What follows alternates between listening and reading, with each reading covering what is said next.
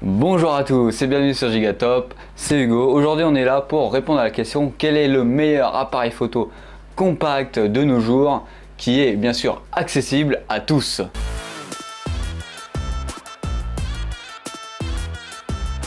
Dans cette vidéo je vais pas te faire un cours sur les caractéristiques, je t'invite à aller les voir en description, il y aura un lien sur chaque appareil pour aller checker les caractéristiques précises de celui-ci. Dans celle-ci, je vais te dire ce qui est bien et ce qui n'est pas bien dans chaque appareil photo selon tes besoins. En première position, je vais te parler de l'appareil photo le moins cher de ce petit top. On va parler du Canon Isus 185, c'est-à-dire un petit appareil pour un petit prix. Je te l'affiche juste ici pour que tu puisses remarquer à quoi celui-ci ressemble. Alors c'est un petit compact très joli, très sympathique et harmonieux à voir. Il est très facile à utiliser, c'est-à-dire que les fonctionnalités qu'il y a à l'intérieur sont très simples de compréhension et très abordables pour le commun des mortels. Alors celui-ci dispose d'un petit capteur photo CDD de 20 mégapixels, un peu daté pour son temps mais qui marche toujours très bien pour son prix que je rappelle est de 100 € à peu près. Donc c'est un prix assez abordable pour un appareil photo compact. Donc c'est pour cela que nous avons entre guillemets, un capteur photo de 20 mégapixels de bonne facture, mais il y a à peu près 3 ans. Alors il y a un petit problème avec celui-ci, si vous voulez prendre des photos ou des vidéos dans un éclairage assez moindre, nous avons un ISO de 400 minimum. C'est-à-dire on peut aller en dessous de celui-ci, mais la photo ou les vidéos de celui-ci seront désastreuses. Alors celui-ci permet de prendre des vidéos en HD, en SD, mais ne permet pas d'aller jusqu'au Full HD. Pour aller jusqu'au Full HD et voir 4K, il va falloir monter en prix et en gamme avec les appareils photo que nous allons voir juste après. Mais celui-ci ne permet pas d'aller jusqu'en Full HD et les vidéos seront tournées en HD maximum. Celui-ci a une autonomie d'environ 200 vues, c'est-à-dire que vous pouvez faire jusqu'à 200 photos avant que la batterie tombe en rade, ou que vous puissiez ne plus avoir de batterie pour vos vidéos. Alors celui-ci dispose d'un USB entre guillemets daté, c'est pas un USB classique, c'est un USB qu'on pouvait retrouver par exemple sur les manettes de PS3 si vous voyez à quoi celui-ci peut ressembler.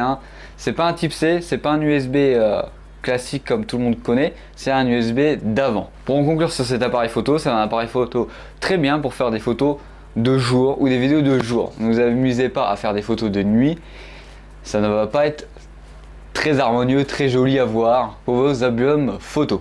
En deuxième position, je vais te parler encore d'un appareil photo de chez Canon, le Canon INUX 190, c'est-à-dire qu'on pourrait dire le grand frère de celui que je vous ai présenté juste avant. Alors il a un prix bien supérieur, vous pouvez rajouter 70 €, c'est-à-dire que vous pouvez le trouver à 170 € chez beaucoup de commerçants. Alors celui-ci a un design ressemblant à celui que nous avons vu juste avant.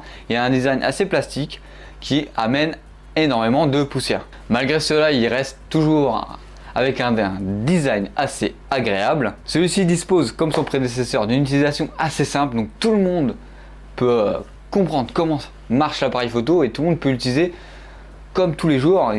Vous n'avez plus qu'à le dégainer et ça marche. C'est ça qui est assez excellent avec les deux appareils photo que je viens de vous présenter de chez Canon, c'est qu'ils vous permettent d'avoir des autofocus, qui vous permettent d'avoir une prise de photo assez rapide et très convivial dans le fonctionnement. En parlant d'autofocus, celui-ci dispose d'un autofocus assez bon, donc il arrivera très facilement à faire le focus sur votre sujet très rapidement. Celui-ci dispose d'un capteur CDD 2.3 d'ouverture de 20 mégapixels. Alors celui-ci n'a pas le même capteur que celui juste avant, mais celui-ci reste très bon et je dirais même meilleur que le prédécesseur. Bon après on va se dire, vu le prix qui a augmenté, il y a intérêt qu'il soit bien meilleur. Alors celui-ci, pour accéder à toutes les fonctionnalités, dispose d'un écran, mais celui-ci a un écran entre guillemets très petit et pas très pratique, même si l'appareil photo reste très pratique dans l'utilisation. Comme je vous l'ai dit, vous n'allez pas avoir entre guillemets un grand écran LCD derrière, vous n'allez pas avoir une tablette. Celui-ci dispose d'une autonomie moindre par rapport à l'appareil photo juste avant, il dispose que de 200 vues maximum. Comme son prédécesseur, celui-ci, vous ne pouvez pas l'utiliser en dessous des ISO 400. Voilà, ça va être impossible d'utiliser en dessous, vous allez prendre des photos avec trop trop de manque de piqué, ça va pas être des photos très harmonieuses. Alors pour cette gamme de prix, vous n'imaginez pas avoir du Full HD ou de la 4K.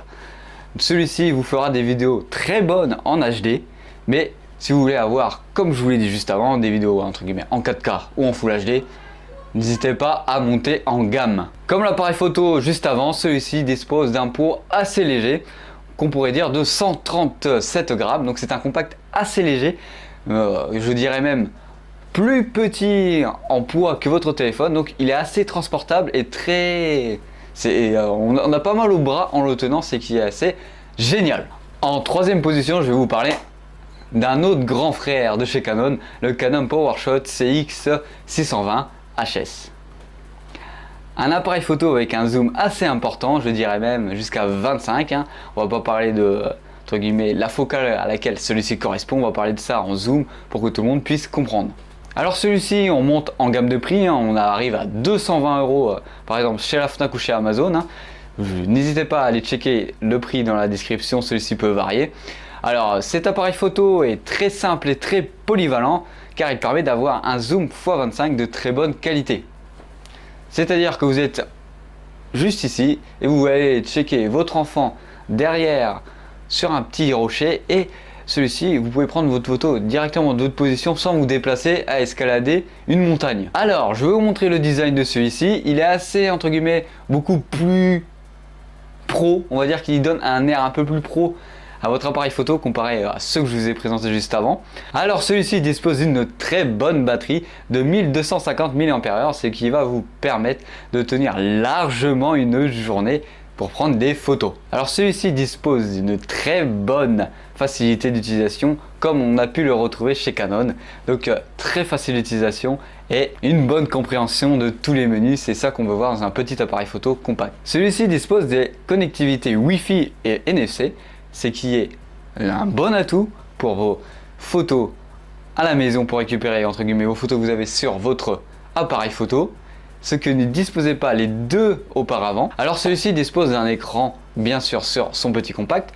Alors celui-ci a un écran entre guillemets de moins bonne qualité par rapport à la vidéo ou à la photo que vous allez prendre. Donc vous allez prendre une photo, vous allez dire oh elle est pas si belle que ça, mais au rendu sur un ordinateur ou après, elle va être beaucoup meilleure entre guillemets parce que l'écran n'est pas de très bonne facture. Et pour conclure sur celui-ci dispose d'une plage assez limitée car celui-ci n'a pas une très bonne sensibilité, mais reste un très beau compact pour ce prix pour prendre des photos. En avant-dernière position, on va vous parler du Panasonic Lumix TZ80. C'est le compact le plus mûr et sans reproche de cette vidéo, surtout pour son prix. Alors celui-ci va vous permettre de faire un petit zoom x30 des familles super sympathique. Alors celui-ci a un écran tactile, ce qui va vous permettre de faciliter l'utilisation de celui-ci. Je vous le montre juste ici pour que vous ayez une ordre d'idée à quoi celui-ci va ressembler. Celui-ci a un viseur électronique et comme je vous l'ai dit,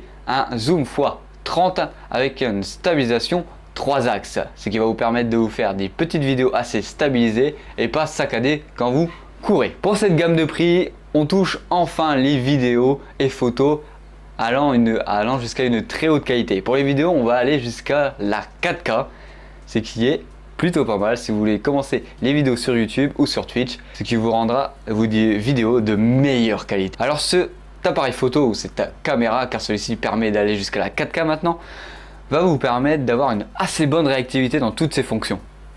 Ce qui est pas mal, c'est que celui-ci se rapproche d'un appareil photo de téléphone entre guillemets dans sa réactivité. Pas dans sa qualité, mais je parle dans sa praticité. Vous allez pouvoir sortir des photos en JPEG et en RAW. En RAW, c'est-à-dire en la qualité photo de la photo la plus originale que vous avez pris pour pouvoir la retoucher sur des logiciels derrière. En dernière position, on va vous parler d'un appareil Lumix, encore une fois, le TZ100. Un appareil photo avec un capteur 1 pouce cette fois-ci qui vous permet de faire des zooms jusqu'à x10. Alors celui-ci arrive dans la gamme des appareils photo ou caméras avec un prix assez important. Vous pouvez le retrouver à 450 € chez certains utilisateurs. Je vous mets ici tout de suite une photo de à quoi ressemble cet appareil photo.